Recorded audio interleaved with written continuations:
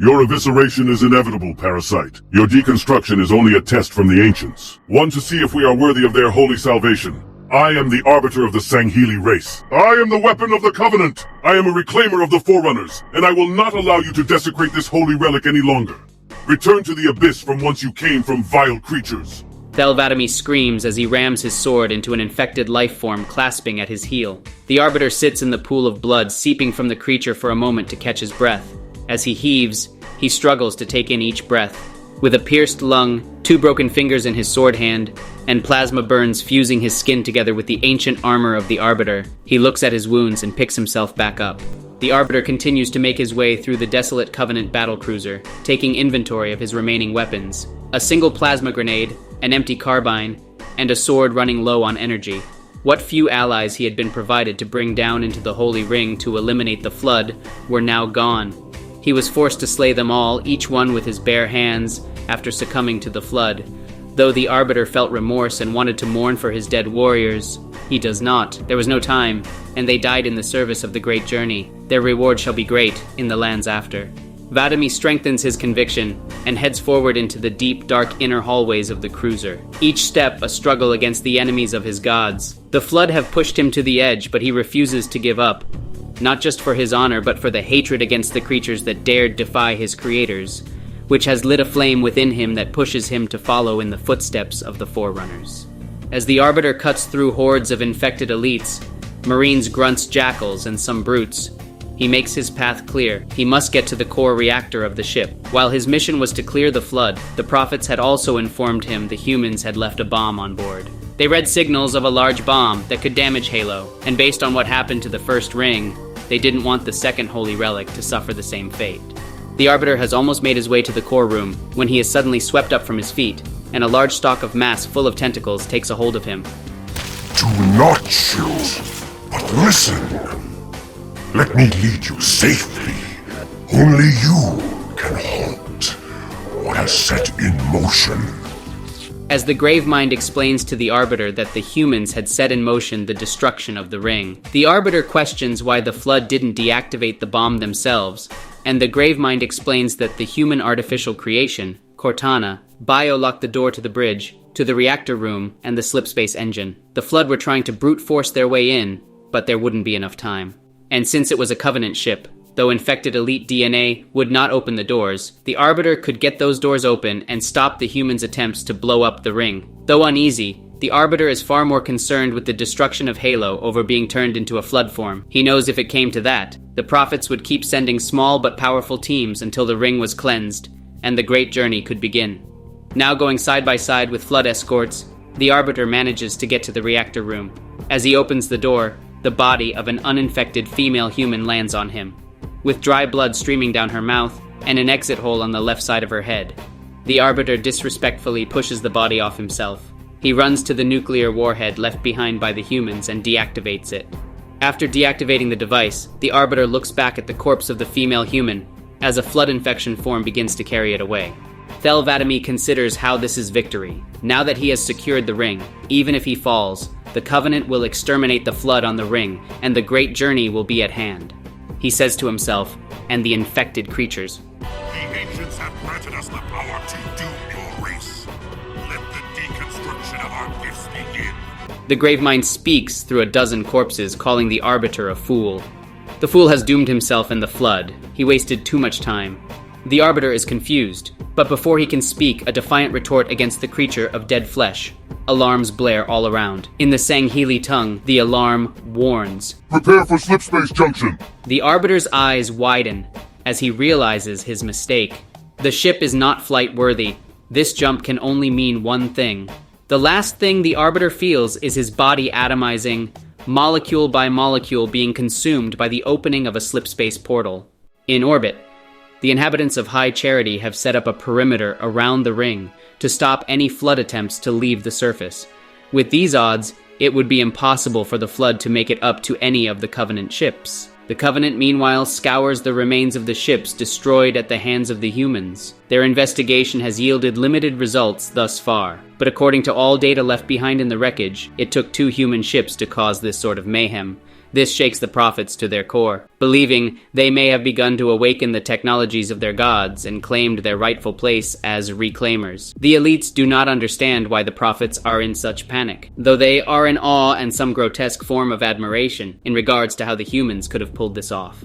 As the In Amber Clad and the Pillar of Winter arrive back at the Sol system, this time not taking any diversion as they need to warn Earth of the incoming armada. Surely the Covenant would find Earth now after both the initial slipspace signature left behind on Alpha Halo and the one left at Delta Halo. Upon their arrival, Captain Keyes immediately communicates with Admiral Hood, telling him about all the events that happened on Delta Halo, as well as the battle for Installation 05. The Admiral is both shocked and impressed by Keyes' tactics and ability to once again defy all odds against the Covenant. No other captain has had any such record nor feats in this war. Admiral Hood begins to wonder if it's time to give Captain Keyes another promotion, even if his promotion to captain had only been a few months prior. He is also impressed with Keyes' daughter, but not quite as much.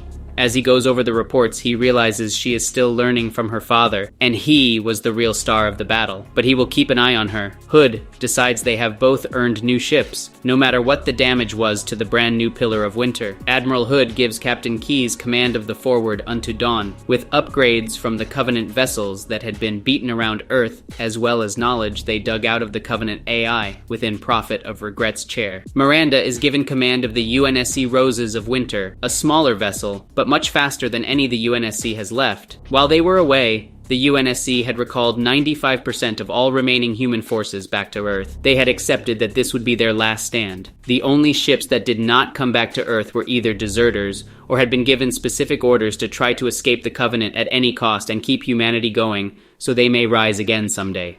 One such signal had been sent to planet Onyx before it had disappeared entirely. After sharing all their information with Oni, Parangoski decides they need to head to the Ark. While both Keyes and all 7 Spartans were gone, Parangoski began digging up the portal to the Ark with the intel left behind by Cortana. They will need to stop the Covenant from firing the rings, and the Ark is the only place where they can do such a task. After debriefing all of Noble Team, and both father and daughter, Parangoski only has 2 left to talk to, the Master Chief and Noble 6. They explain how the Flood here were smart, and Noble 6 comments how they were far more tactical and precise than his last encounter. Either they learn extremely rapidly, or they are evolving and may have a leader. Chief agrees, mentioning how he heard whispers but nothing too concrete, almost as if a voice was trying to reach out to him into his own being. Though the Grave Mind had not been powerful enough to being mentally assaulting them, it had started to attempt to communicate with them telepathically. Though as strong-willed individuals, they barely felt it. They were aware the Flood was more than it seemed. Once the conversation ends, Parangoski asks what they did with the Superintendent subroutine. She wants to take it and invest resources into upgrading all AI in the same manner. If anything, it could make all dumb AI into smart AI, and who knows how much better smart AIs could get, seeing as how Cortana had not been pushed to her absolute limits yet. Parangoski asks Noble 6 to stay behind to speak with her. After Chief has left, she begins to ask him about the monitor, what it was like to teleport, and if his new AI companion had such data. After confirming with her that it does, Virgil also mentions having retained the index. Parangoski stops, leans back on her chair, and says, "Tell me more about this index." After 4 days of preparations and ceremonies for the deceased, the Forward unto Dawn and the Roses of Winter are getting set to head into the portal for the Ark. While the UNSC had not managed to dig up the entire portal, the Forerunner technology had detected the Reclaimers trying to access it, and began reacting in kind. Now with access to the portal, both ships will go through. The Roses of Winter, also outfitted partially with Covenant technology, now faster than before, is to get to the Ark and do initial recon, as well as find a way to shut down the Halo array. While the Forward unto Dawn will take more time to get there, if only about half a day later. Captain Keyes is confident in his daughter's ability to handle the situation, but he sends Johnson with her. As all 6 members of Noble Team and Chief board the small frigate, they depart. Back on board High Charity, several weeks before the activation of the portal to the Ark, they receive word of the first Halo having been refound and its exodus to the Ark. While it had been a troublesome few weeks, after the belief of the destruction of 2 rings, the Covenant are now finding their faith renewed. 1 fleet will be sent back to the sit of the original Halo, and the bulk of the Covenant will take the long slipspace journey to the Ark. The fleet left behind is that of Zaitan Watanri, the fleet of righteous purpose. This time, with the Huragok on board being used to investigate what happened to the Halo. how it was eluding the Covenant for months if it was exactly where they were. This mystery is one we know to be that the ring was in its own slipspace bubble. However, much like in Ghosts of Onyx, his fleet separated by the events happening on Onyx means he still has a large fleet at his disposal.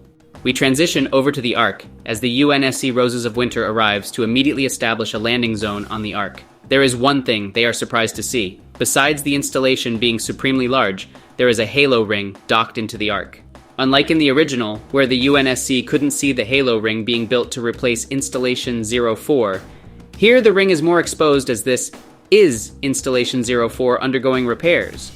These repairs are being completed with parts from the creation of another ring, one that was meant to replace the one destroyed recently, but since building it has only just now begun, the parts being repurposed are now on Installation 04. First boots on the ground are George, Emil, and Master Chief, while June is on board a Falcon piloted by Johnson to provide aerial recon and support. Miranda has tasked them with heading to a large structure near the center of the ring, while the rest of Noble Team, Kat, Carter, and Six, now with a few Mjolnir upgrades thanks to Margaret Perengoski, attempt to find the cartographer. For all of you wondering, that's it? Yes, for now. Instead of a 40 to 60 minute video every 9-ish days, I'm gonna break these down into smaller parts to try to appease the YouTube algorithm gods. And this way, I'll be putting out more parts throughout the week instead. I know some of you prefer the longer versions, but I think this will help a lot in the long run. In the end, the stories and the way I tell them will remain the same, just broken down into smaller bite sizes. As you may have noticed, most of this video was created with my voice through an AI clone. I want to know what you guys think about it. If you prefer it to my normal regular voice with this crappy mic, let me know. If you just want me to go back to my voice where I can add more emotion to some sentences, I'd like to know that as well. I hope you enjoy. Have a great night, Reclaimers. The next part will be up soon. Kick the door.